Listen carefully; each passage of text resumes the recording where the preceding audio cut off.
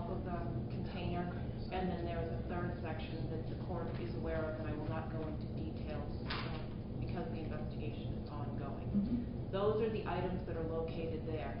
My understanding is that Connex container, or the container, was purchased a number of years ago by the defendant. It sits on the property. It was obviously delivered to that property. The mobile home, based on a review of it, looks like it was also delivered to that property and can be moved. The state is seeking to remove those items, Your Honor, the mobile home and the shipping container. We sought and received permission from this court on August 1st to take the items, to seize them, to remove them. And the basis for the removal, Your Honor, was to ensure that they were not stolen, damaged, or otherwise tampered with. I think that that shows that what we were trying to do was, in fact, to preserve the evidence for the defendant and for his counsel down the road. That is a mobile home park, Your Honor. The defendant doesn't own the land. We don't have time. Thank you. I'm sorry. Go ahead. The defendant doesn't own the land on which it's situated. He rents that land. My understanding from law enforcement today was that he missed his August 1st payment. There's typically a 10-day grace period, and then once 2 or 3 months there's rent that's not made, then they will seek a way to move that. So our concern, Your Honor, is that somebody could get in there or it could be moved, and we cannot have that happen. To move them to a secure location is not only beneficial for the state as it continues this investigation, but it's also it will be benefit for the defendant because it's going to be able to preserve those in as best as we can. The location, Your Honor, has been documented by law enforcement. It has been photographed, it has been videoed, it has been diagrammed with measurements. So to the extent the defendant has any questions of the placement, we have been assured by law enforcement that that placement is locked down. So they will know where those items are in relationship to the river, to the neighbors, to the road. The defendant's attorneys were allowed access last Friday, albeit limited, Your Honor. They were able to walk around the perimeter of the crime scene. Once the initial items were processed by law enforcement, we made the trek back up to Gore yesterday. They were able to walk around outside in the interior, and correct, we told them that they couldn't touch anything. We've not been able to touch anything, but they certainly had a visual. We told them that they could stay as long as they wanted to stay, and we explained the procedures that had been done in sort of locking these items down. Your Honor, the defendant has not, and I would say cannot, make a sound legal argument as to why those items have to stay at that location. When you look at the courts that have addressed it, Your Honor, the Supreme Court of the United States has had sort of two cases that they look at, sort of two ends of the spectrum. In California versus Trombetta, which is located at 467 U.S. 479, which is a 1984 case, the Supreme Court said a state violates due process when it fails to preserve irreplaceable evidence possessing exculpatory value that is apparent before its destruction and is of such a nature that the defendant would be unable to have comparable evidence by other available means. And then on the other end of the spectrum is the Arizona versus Youngblood decision, which is located at 488 U.S. 51, which is a 1988 decision. And in that case, the Supreme Court held when evidence is potentially useful to the defense, that being when its exculpatory value was not apparent before destruction, the defendant cannot prevail on a due process claim unless he establishes the state acted in bad faith. Your Honor, I have no idea how the defendant can make an argument, nor has he made the argument that the placement of the container in the house as it sits is exculpatory. He has the affidavit. He does not have the affidavit to the warrants, but as I've indicated, a lot of the information is the same. The court has seen those. There's not a lot of additional information. So the defendant has a pretty good understanding of the evidence against him. And as I pointed out last week, defense counsel has the best source of information. They have the defendant. They can ask him those questions. The defendant, Your Honor, because he cannot point to any exculpatory aspect of the placement, his motion should be denied. The court, Your Honor, must follow the logic in Youngblood. That court, Your Honor, was wary of imposing on police an absolute duty to retain and preserve all material that might be of considerable evidentiary value in a particular prosecution. Instead, what the Youngblood court indicated, that unless a defendant can show bad faith on the part of the police, failure to preserve potentially useful evidence does not equate to a denial of due process. The defendant, Your Honor, has not and simply cannot make that standard. As we indicated, in this case, there was a warrant sought and a warrant authorized to remove those two items. The items will be removed and stored in a location that the state will find much more secure than where it is now. The defendant's counsel was able to view those items as they sat on the property, and the placement of the trailer and the mobile home are not exculpatory. The state's actions in this case, Your Honor, are not intended to prejudice the defendant. Rather, what we are trying to do is to protect the defendant, to protect his right in being able to get back into that trailer if he needs to down the road without it being damaged. Your Honor, I would ask that should the court grant the defendant's motion, that we will take what steps we can to preserve it in the location, but the defendant should be on notice that that will not be as absolute as we are able, if we are able to move those items. And certain things could happen. And just like I have no control over the medical profession, I have no control over that owner of that trailer park. If that rent is not paid, and I'm going to make an assumption he's not going to be able to pay his rent because he can't afford attorneys, the mobile home owner may seek to move that. I also don't know what his intention will be if we erect a fence around the mobile home and over the mobile home. Well, that was to be my next question, as to whether that option had been considered. Fencing, tarping, draining, and preserving in the sense of not letting the property deteriorate, because that's another element of whether there's destruction of evidence. So we have considered that option, Your Honor, and we got an estimate today. It would be about $12,000 to fence it around. You would also need, Your Honor, to put a fencing on the top. Tarping wouldn't work on the top, speaking to the crime scene officers, because they thought if you have a tarp there, water could gather in the tarp, the water could come down, so the only really appropriate way to do it would be a fence and a fence. But that still comes into the defendant doesn't own the land. We have not asked the landowner if we could do that because we have a court order indicating that we could remove it. And I still, having done these cases previously, when there is a level of attention to it, sort of a macabre level of attention, people like to break into places. It's only as good as that fence is. We cannot post somebody on there 24 hours a day. That's impractical. I think that any court would realize that. And again, you know, I would like to know, I have tried to think of what is the placement issue that is somehow exculpatory and that we're acting in bad faith by moving it out of there. Our intentions were nothing but to protect this. What I heard Attorney Friedman argue was that there is potentially exculpatory evidence in the sense that you can't recreate what someone on the outside could have heard on the inside, or could have seen from the outside to the inside. So my question is, not to be flippant, why not? 15 feet is 15 feet, whether it's sitting there or whether it's sitting in a parking lot that's chain link fence. You put somebody 15 feet away and they can hear noise in there. Well, Attorney Friedman, it's your argument. Do you want to flesh it out a little more? Judge, I don't think I need to. I think it's patently obvious and apparent that you can't recreate the actual scene anywhere else. That would be akin to a Hollywood movie. This is real life. I'm again going to point out that this is Nate's home. That there's also the possibility and great likelihood that there would be structural damage to his home and items in the home if everything were moved. And I can't answer specifically or particularly yet which parts of it can or can't be recreated. until I have an opportunity to see the whole case.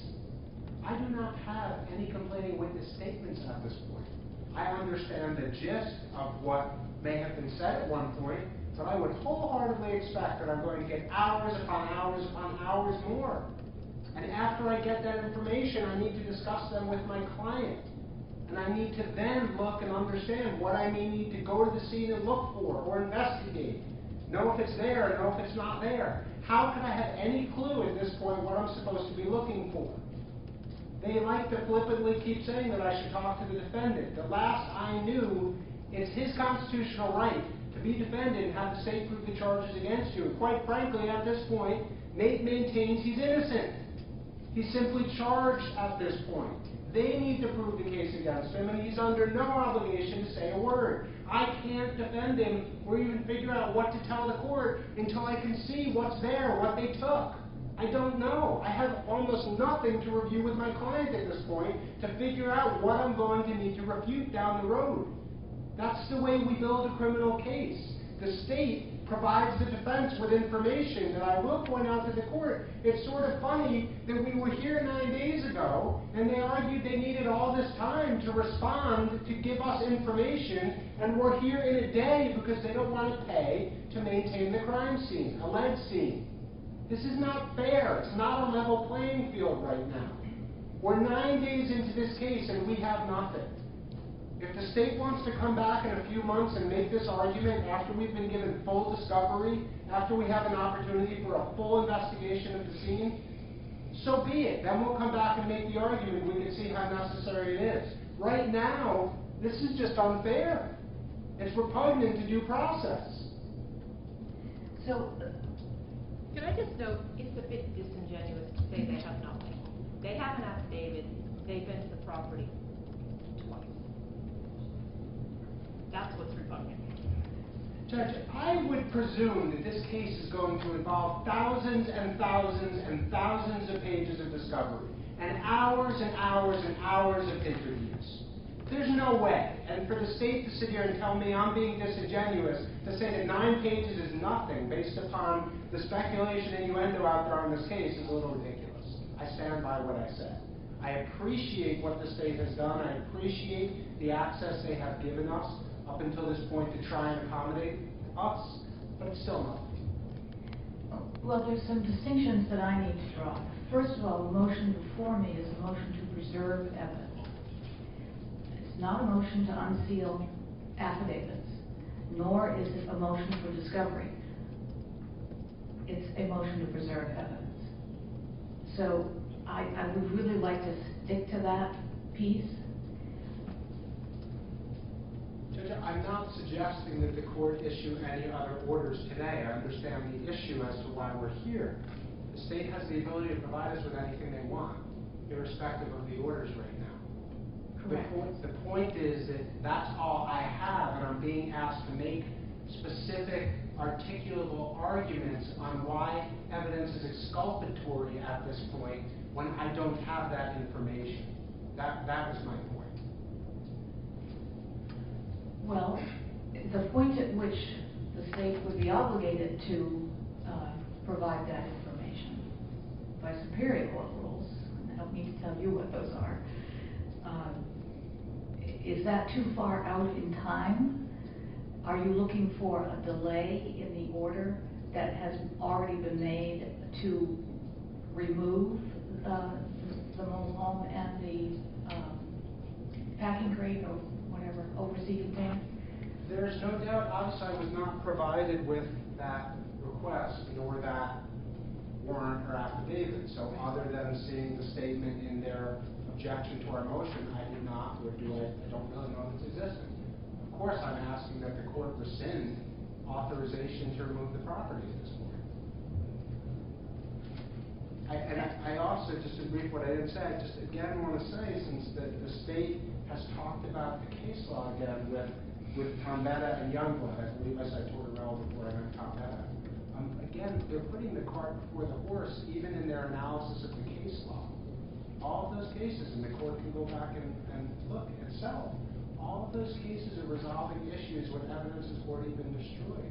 They they are all presuming that evidence is relevant in all those cases. It's what happens after the fact. All we need to show at this point is that it's relevant. I started out by saying that, and I know we've heard a lot of argument about materiality and exculpatory evidence, and I've even explained to the court why I believe it is exculpatory. For the order to preserve and for rescinding the authorization to remove, all we need to show at this point is that it's relevant. And I find it hard to believe that this court could find that the alleged scene at this point would not be relevant, especially in light of the fact that we can't articulate any additional arguments at this point. How would your client respond to the question whether this mobile home would survive being moved? I think we would have great concerns as to the structural integrity of the unit as well as its belongings. How old is it?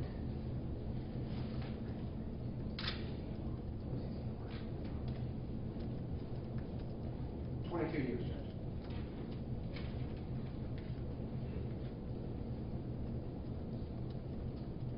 And the answer as to whether it would survive the be moved? I think I have a different opinion on that, but I've never heard of it. I think that we had the original hauler to come and look at it. It's on an axle. They're telling me that it can be moved. Arrangements were made to have it moved. I would just note, again, court, I have to keep doing this, but our reason for wanting to move them is exactly what they want, to be able to preserve this. We're certainly not going to haul it out of there and have things fall out. We'll secure it. We've had some discussions about perishable items need to be taken out of there. It's the state's belief, based on other cases, that the only way that we can preserve this evidence so they can look at it down the road and have an understanding is to move it.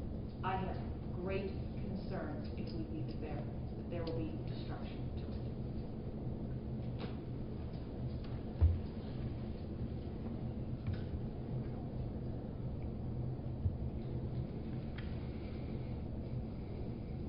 Coming back to the timing issue, if the court continues the order that is in place by virtue of the search warrant, what would the state's timings be in terms of removing it and putting it into a facility somewhere? I think that if not by the end of the week, by the beginning of next week, we were poised to do that when the motion came in. And just so the court is aware of the extent that the police have been having discussions with individuals in the area, and I don't know that I have notified, there are other items that are out in the yard, and another container will come in to put those items in the container. So the property will still be there. I can't tell you if they're going to lease it to somebody else, but to the extent that we need to do a view in this case, we can go back there and say, here's the diagram, here's where this stood, here's where the trailer was.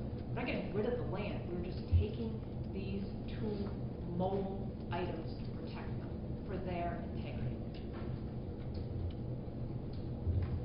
Judge, we are entitled to do our own testing, to come up with our own diagrams, to take our own pictures, to examine our own evidence.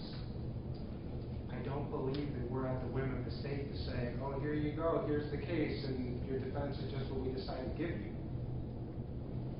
If we were talking about blood, if we were talking about DNA, if we were talking about any other kind of forensic evidence, the state would readily agree that we have the right to independently test that evidence. How is this any different? The state is well within their ability to station somebody up at that property for the time being. They may not want to, and it may be expensive, but I don't think that's our problem at this point. I, again, just want to make sure the court understands the picture, which I do think that the court heard when I first said it. First off, I don't believe I need to make any argument as to it being exculpatory. But the reason I keep saying this is because I believe it is exculpatory, and if the case were going to trial tomorrow, we'd be requesting a view to that property, not just to walk inside the home and the storage box. We'd be doing it so we could show the proximity, the vantage points, the sound in many different locations around that property, both in the storage box and in the home. There is a stream and a brook, a river, or whatever it is, running behind the home. There are all kinds of trees that at different times of the day let in different amounts of light. There are neighbors' houses all around, and I haven't even been able, I already said this, I don't even know what you can see across the street yet because the vehicles haven't been moved yet. All of this stuff is going to be material and exculpatory to the defense case. It cannot be recreated in the same way as understanding the living, breathing flesh tones of that scene. Coming back to the point raised about this not being about forensics, is part of the state's concern preserving forensic evidence that might deteriorate if it remains in the mobile home where it's situated? That is part of the concern.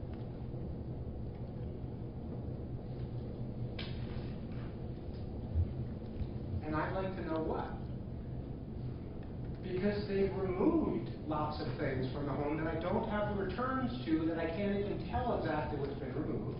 They've been accommodating as to telling me when I ask questions as to what it might be. They didn't always know the answer offhand. I haven't even seen what they've removed.